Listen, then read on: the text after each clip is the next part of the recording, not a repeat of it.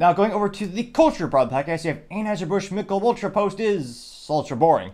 Now, this specifically is from the Anheuser Busch profile on X Twitter, and granted, they're the company that owns nearly all the beers, it seems. Well, an overwhelming amount, so it seems. Anheuser Busch InBev, the big parent company headquartered in Belgium, they own over 40 beer brands, so that's quite a few. Now, granted, they also shot themselves in the foot when they hired Dylan Mulvaney for $185,000 for a couple pictures and video to celebrate Dylan's 365 day of womanhood, which, again, I can't imagine. It's such an unfathomable amount of money for a couple pictures. But nevertheless, they thought that would be a good idea, and they thought that would maybe boost their sales. Yeah, it didn't. Alyssa Heiderscheld, their VP of marketing, let's just say she perhaps will be, if it was accurately reported, she'll be in every business book for a couple decades. Her and Brendan Whitworth, the current CEO of Anheuser-Busch, as the poster child of what not to do as a business.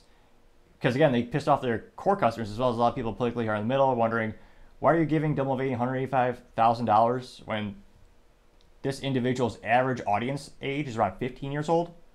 And spoiler alert, if you're an international listener or viewer, you can't sell beer to people who are under 21 in the United States.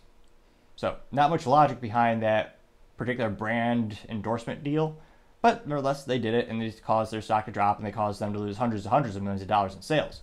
Now, they're trying to come back and increase their sales. Now, the sales that were hit the hardest for the specific brands of the portfolio of over 40 beer brands that they own were Bud Light, Budweiser, as well as Michelob Ultra. Now, Bud Light, that's around 30% of the sales just evaporated overnight after April 1st last year when they had that deal with Dylan Mulvaney, which is also hilarious that they started that. The news broker that started April 1st, it was a joke in terms of the business results, his ultimate negative ROI.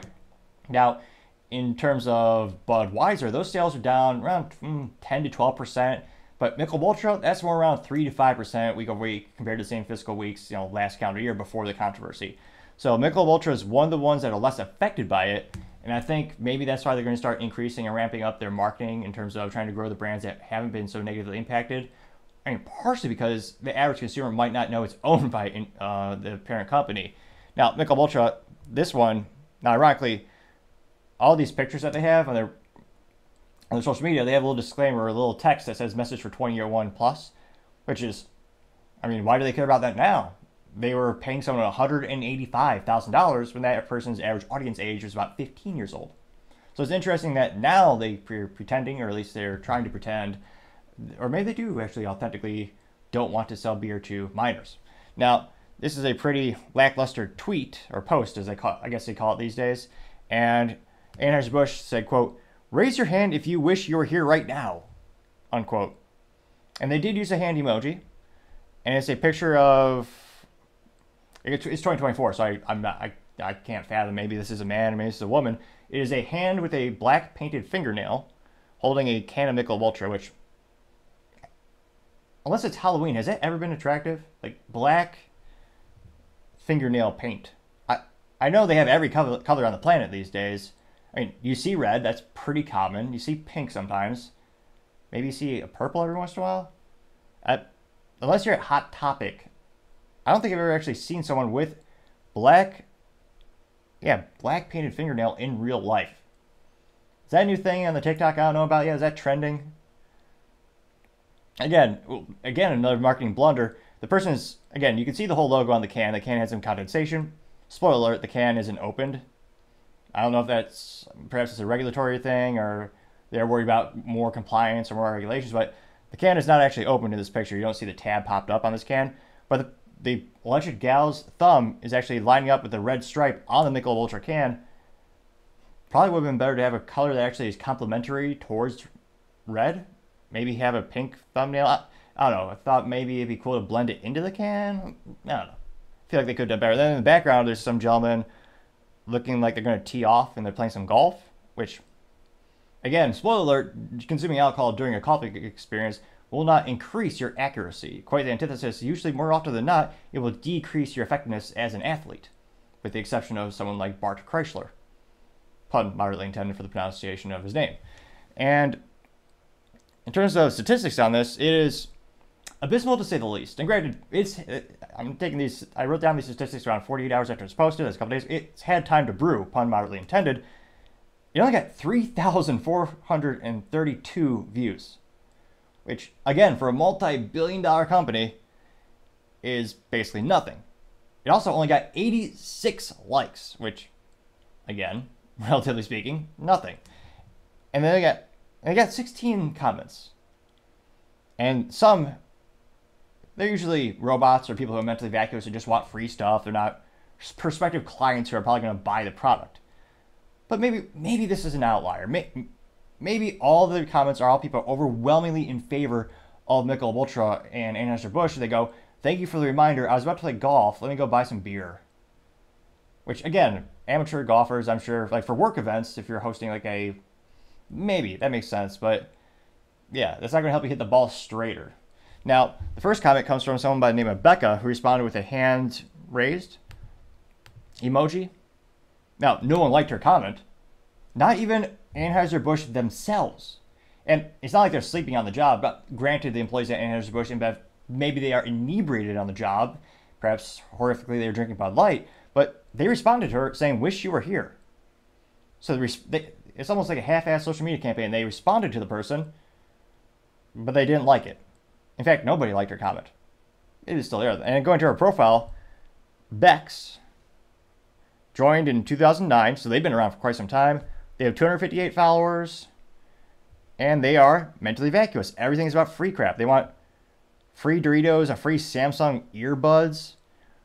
I never heard of Lido Pizza.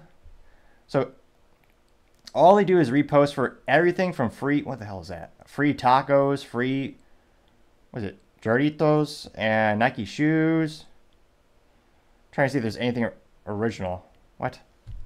This can't be right. Microsoft says they're going to be raffling off a Zune? Really? I don't know how realistic that is. That was posted in 2023. She reposted that to try and maybe win it. Maybe they, guess they claim they found it in their stockrooms. Okay. Weird. So again, everything is just reposting for free crap. So is this someone who's probably going to go out and buy copious amounts of your beverages? Probably not.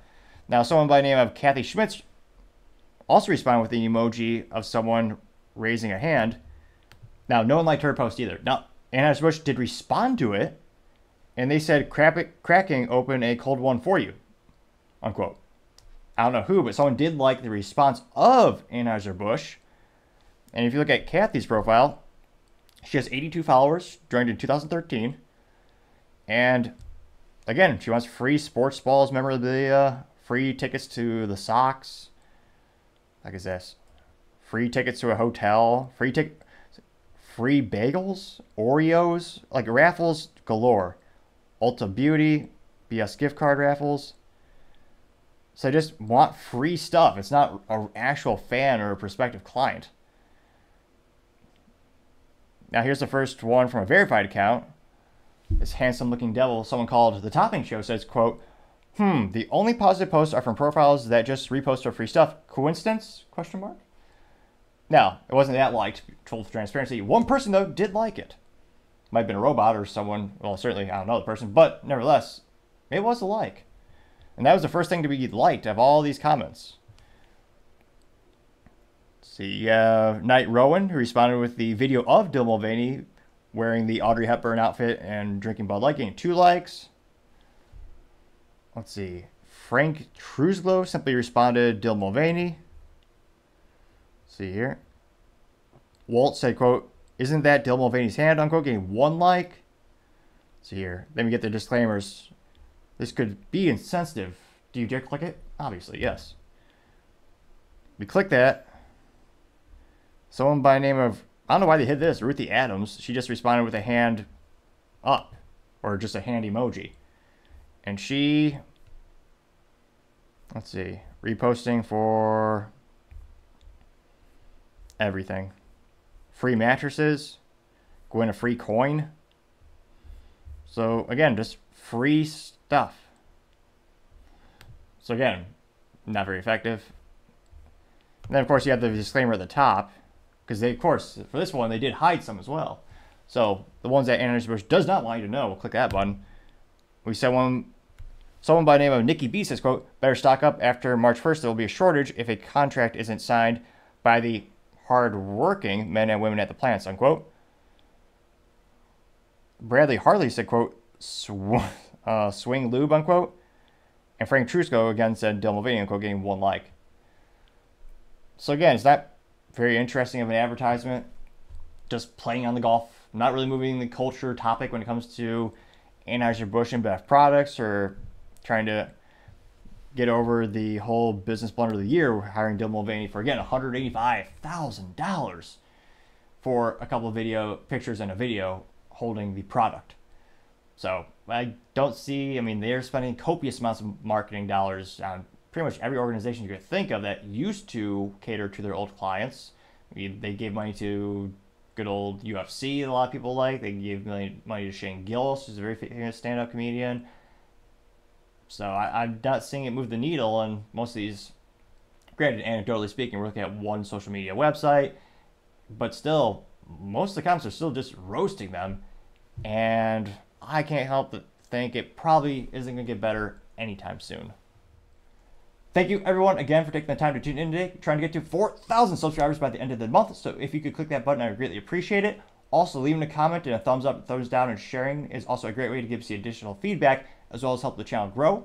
Lastly, don't forget to take the time to tell your family, tell your friends, tell your coworkers, heck, tell your enemies, tell anyone and everyone. Just stay safe, fight the good fight.